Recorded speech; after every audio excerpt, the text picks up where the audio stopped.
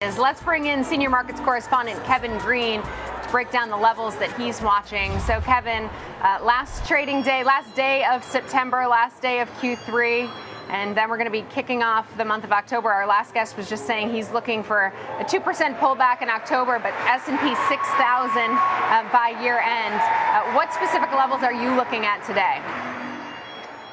Well, yeah, we do have a big quarterly expiration happening today here. So the big level that I'm focusing on is going to be 57.50. That's exactly where the short position for that JP Morgan collar is sitting at right now, and it's going to expire today. That's going to be around $20.8 billion worth of notational value. That's been, for the most part, a headwind for us here in the near term. And then I'm also looking at 57.20 as a short-term area of support for right now. It looks like we're kind of approaching that as the S&P is sitting at around 57.28, and then the immediate area of support outside of that is going to be 5,700. And then tomorrow and for the next day, Tuesday and Wednesday, we'll start to get new positioning taking place. But we've actually had a pretty decent week last week, Caroline. I'm sorry, last week. But this week we will have some economic data that might cause a little bit of volatility. If you kind of notice over the last 2 months, the week that we have the jobs report has been the week that we've seen heightened volatility and a little bit of a pullback in markets. And on a seasonal standpoint, the last 2 weeks of September and the first 2 weeks of October tend to be very big headwinds for the equity markets as a whole. So for your last guess, it does kind of make sense that we might see a little bit of a pullback here, but I think we would have to have a more consistent data outside of this week to really try to push us down, and that would have to really come from the labor side of the equation. Yeah, and historically speaking, the fourth quarter typically is a positive quarter, but October before an election year is typically negative, from my understanding too, Kevin, right? So that could add to some weakness?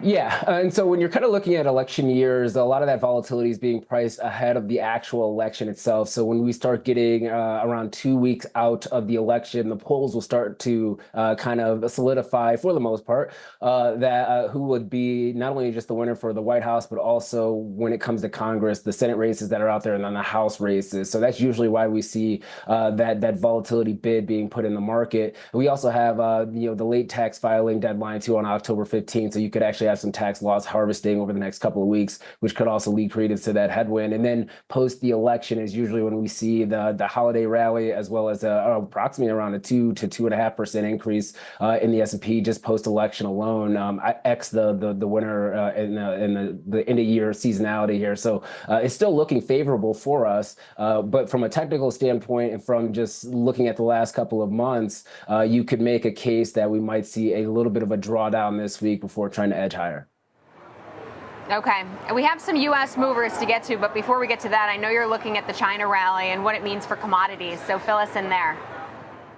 Yeah, I mean, it's been a really nice rally to the upside for Chinese equities, and that's also permeated into some of these other Chinese stocks like Alibaba, Pinduoduo, things of that nature here. But one thing that I just keep on my radar here is the reaction that we see with copper prices as well as Chinese equities. There's a very strong correlation with economic growth in China and the price of copper, and we are seeing, and have seen actually for the last couple of months here, inventory levels within China, within Shanghai, actually moving to the downside more aggressively than seasonal trends. And that's why we also saw a little bit of a bid for copper. But if we do see a reversal here in the near term, as around $4.75, it has been an area of resistance. We actually crossed that today before fading. If we do see kind of a reversal when it comes to copper, or a reversal when it comes to silver, I would suspect that we might see a little bit of a pullback for the Chinese rally right now. Be very, very tentative until you get the macroeconomic data sets to be able to support that the stimulus is actually taking a hold here. So this is just a correlation that I'm keeping my eye out on. Today, we are seeing a negative correlation between the two.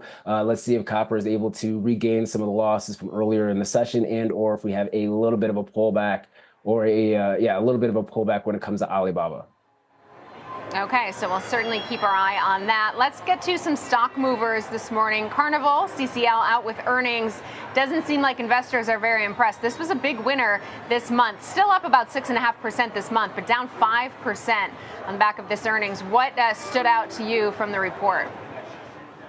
Well, it's a lot of volatility going into this print right now. Actually saw it. It was actually up right before we started talking here. So I think the market's really starting to digest. Now, they did beat both on the top and bottom line. And they also did increase their guidance moving forward. Their adjusted EBITDA guidance increased by approximately $6 billion. And they are looking at Q4 earnings coming in at around 5 cents. The street was looking for around 7 cents for the adjusted earnings per share outlook for Q4. But when you're looking at some of the other metrics, especially for booking and capacity rates, they actually did exceed the street's expectations. So they are seeing some spending occur here that has not slowed, to say the least. I think the biggest headwind for Carnival over the next couple of months is going to be managing fuel cost and also trying to still maintain pricing pressure to the upside when it comes to the onboard goods and services that they provide, which is really what drives the majority of the profitability for this company outside of ticket sales.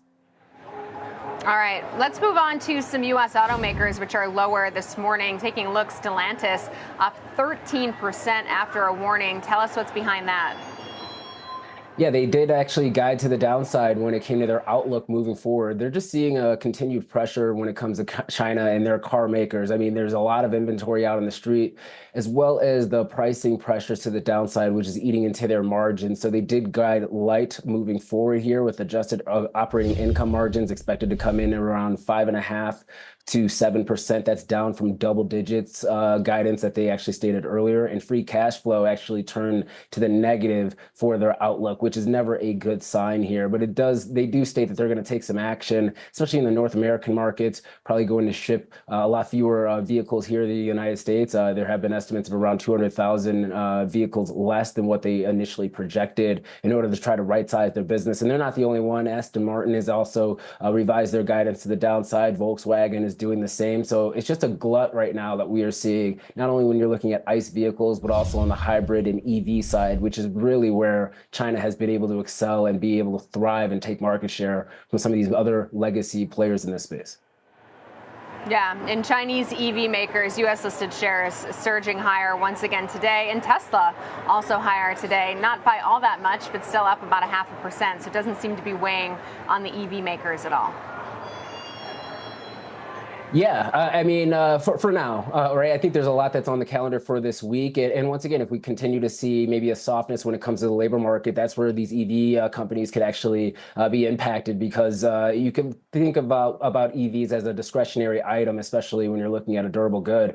And so if that's going to be the case, and we do have weakness or wages start to decline at a faster rate than what the market is expecting, then that could also impact sales for a lot of these legacy automakers. So I think right now it's just really digesting the information right now, digesting the numbers, and seeing if we are going to get a little bit of a pullback. If you kind of look at it, NIO and some of these other companies that do have exposure to China continue to see very positive inflows. There's also probably a short squeeze taking place when it comes to NIO.